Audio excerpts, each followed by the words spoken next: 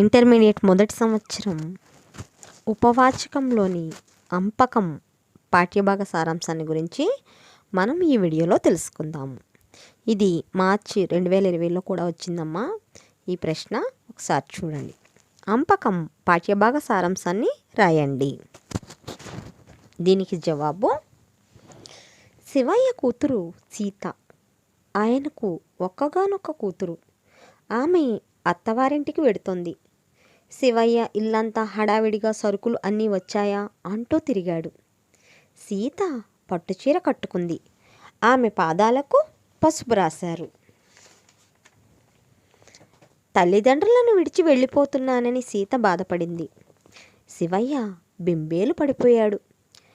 తన ఇంటి దీపము, తన చిట్టి తల్లి వెళ్ళిపోతుందని శివయ్య కంగారు పడ్డాడు. సీతను తల్లి కనిన శివయ్యే ఆమెను పెంచాడు. సీత ఎప్పుడూ తండ్రి వద్దే ఉండేది. ఆ తండ్రి కూతుళ్ళు ఇద్దరూ కలిసే తినేవారు. సీతకు నచ్చిన కూరని శివయ్య తినేవాడు. సీత తండ్రి పక్కలో పడుకొని కథలు చెప్పించుకునేది. లేవగానే శివయ్య సీత ముఖమే చూసేవాడు. తండ్రి పూజకు పూలు, కర్పూరము సీతయ్యే అందించేది. సీత పెళ్ళైన తర్వాత అత్తవారింటికి వెడుతూ ఉంటే శివయ్య ఇంట్లో పిచ్చిగా తిరిగాడు. సీత నగలు ధరించి వచ్చి తండ్రి పాదాలకు నమస్కరించింది. సీత తండ్రి పాదాలను వదలలేదు. శివయ్య సీతతో నా గుండె, నా ప్రాణం, నా రక్తం, నా కళ్ళు నువ్వే అని చెప్పి కూలబడ్డాడు. శివయ్యను పక్కవారు ఓదార్చారు. శివయ్య ధైర్యం తెచ్చుకొని బళ్ళ వెనుక నడిచి వెళ్ళాడు. జ్వాలమ్మ గుడి దగ్గర బండిని ఆపించి శివయ్య సీత చేత అమ్మవారికి మొక్కించాడు. బళ్ళు ఊరు దాటాయి.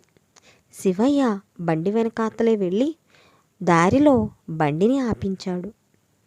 అల్లుడిని బండి నుండి దింపి అతడి చేతులు పట్టుకున్నాడు.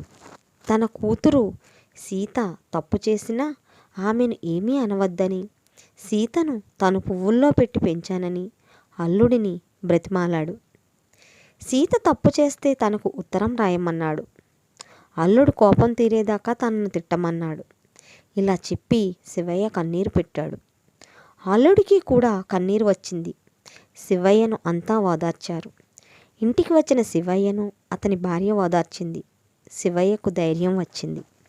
ఇక్కడ ఈ పాఠంలో తండ్రి కూతుర్ల మధ్య ఉన్నటువంటి ప్రేమను గురించి ఈ అంపకం అనే పాఠంలో వివరించడం జరిగింది.